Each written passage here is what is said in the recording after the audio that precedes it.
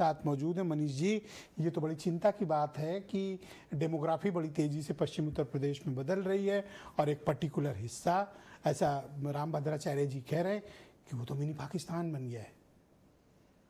ये तो national security को थ्रेट है। ये जो डेमोग्राफी बदल रही है, ये आंकड़ा राम भद्राचार्य जी कहाँ से लेकर आए? पहला सवाल तो ये उठेगा, पहला सवाल, क्योंकि 1881 के बाद से हर 10 साल पे सेंसस हो रहा था और इस सरकार ने पहली बार 2021 में सेंसस यानी जनगणना नहीं कराई, जबकि कोरोना 22 में खत्म हो गया था। कुछ छुपाना चाहती थी तभी जनगणना नहीं कराई। फिलहाल जो सरकारी आंकड़े हैं वो मैं आपके सामने रख दूं। जो टोटल फर्टिलिटी रेट है, जिससे ये पता चलता है कि जनसंख्या कितनी बढ़ रही है, वो मुसलमानों में सबसे तेज घट रही है। 1992 में 4.4 थी, 2015 में 2.6 और 2019 से 21 के बीच में जो नेशनल फैमिली हेल्थ सर्वे का 5वां राउंड हुआ है उसने बताया 2.36। ये किसका डेटा लाए हैं? ये नेशनल फैमिली हेल्थ सर्वे का डेटा है ये। भारत सरकार? जी, उन्होंने वो तो जनगणना तो नहीं कराई, साइट से लेके आए हो। नेशनल फैमिली हेल्थ सर्वे 5वां राउंड है, उसको आप दिखवा लीजिएगा। तो ये तो अब सवाल मैं उस पर भी आ रहा हूं, मैं सारी बातों पर आ रहा हूं। तो सरकारी आंकड़े हालांकि इन्होंने वो नहीं कराया, लेकिन इनके अपनी जो नेशनल फैमिली वो ये बता रही है कि उनका जो टीएफआर है बहुत तेज है, 2.1 पे रिप्लेसमेंट लेवल होता है। एनएफएस का डेटा है जी, national family health survey round 5 का 19 से 21 का डेटा है 2.36 का। ठीक है, उनका टीएफआर बहुत तेज गिर रहा है और बहुत जल्दी मुझे लगता है इस बार जब जनगणना के आंकड़े आएंगे तो वो जो स्टेबलाइजेशन लेवल रिप्लेसमेंट लेवल है 2.1 का, उस पर आ जाएगा। ठीक, तो पहला तो ये जो राम भद्राचार्य जी के आश्रम में या भाजपा के आईटी कार्यालय में तो ये डेटा होता नहीं है, डेटा तो सरकारी है और सबके बीच में होता है, तो डेटा तो कुछ और कह रहा है, पहली बात।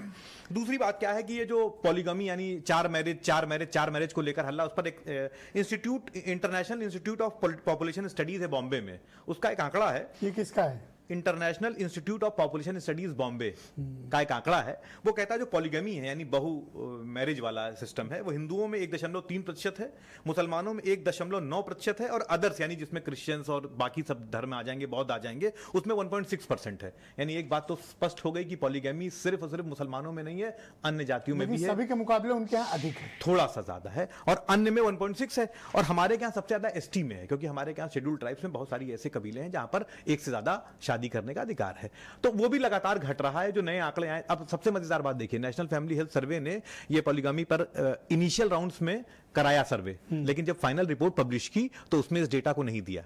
क्या छिपाना चाहते हैं? क्योंकि जो संजय भाई कह रहे हैं फिर उनको कहने का मौका कैसे मिलेगा? यानी अगर ये आंकड़ा भी आ जाए कि मुसलमानों में पॉलीगमी खत्म हो गई है या लगभग ना के बराबर या उतनी ही है जितनी हिंदुओं में है, तो ये कैसे बात करेंगे? एक सब्जेक्ट ये है कि देखिए, मैं अपनी बात पूरी कर लूं। आप लोगों ने बहुत सारी बातें कह दी और बहुत दुर्भाग्यपूर्ण बातें इस चैनल पर अभी इस जगह पर हो रही हैं। जैसे आप कह रहे हैं साहब डेमोग्राफी बदल रही है, उन्होंने कहा मिनी पाकिस्तान हो गया। क्या मतलब है उनका कहने का मतलब मुसलमानों की जनसंख्या वहां पर कुछ क्षेत्रों में बढ़ गई है तो मिनी पाकिस्तान हो गया, यानी वहां जो मुसलमान रह रहा है वो पाकिस्तानी है। और अगर वो पाकिस्तानी है तो गृह मंत्री अमित शाह जी को तुरंत इस्तीफा देना चाहिए कि उनके देश में पाकिस्तानी आके रह रहा है। और अगर वो भारतीय नागरिक है और राम भद्राचार्य जी उसको पाकिस्तानी कह रहे हैं तो उनके ऊपर एफआईआर होनी चाहिए कि कैसे उन्होंने संविधान, जो लोग वैधानिक नागरिक है हमारे, उनको कैसे पाकिस्तानी कह रहे हैं। एक हिंदू संघ पर एफआईआर चाहती है। मैं उस आदमी पर एफआईआर चाहता हूं जिसने संविधान, हमारे वैधानिक नागरिकों को पाकिस्तानी कहा। आप कह रहे हैं साहब डेमोग्राफी बदल गई, क्या मतलब है इस बात का आपका? क्या आप कह रहे हैं कि वहां पर मुसलमान बढ़ गया? ये कह रहे हैं साहब वो निकलते हैं तो बुर्गे वाली औरतें मिलती हैं। आपको इतनी नफरत है बुर्गे वाली औरतों से?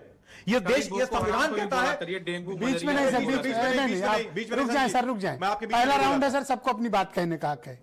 यह संविधान कहता है कि इस देश में सभी धर्मों के लोग एक साथ रहेंगे। ये संविधान कहता है, ये किसी का दिया हुआ अधिकार नहीं है, ये संविधान का दिया हुआ अधिकार है। और आप कहते हैं साहब हम जब उधर बस से निकलते हैं तो वो पैजामे वाले लोग मिलते हैं और कितनी नफरत भरी पड़ी है आपके मन में। इसलिए क्योंकि जब संविधान बना तब भी आपके पूर्वजों ने विरोध किया था, आपने 52 साल तिरंगा नहीं फहराया, और आज भी आपके मन में संविधान का विरोध है। तभी आपके नेता कहते थे कि अगर हम 400 पाएंगे तो संविधान बदल देंगे। बहुत शुक्रिया, धन्यवाद आपका।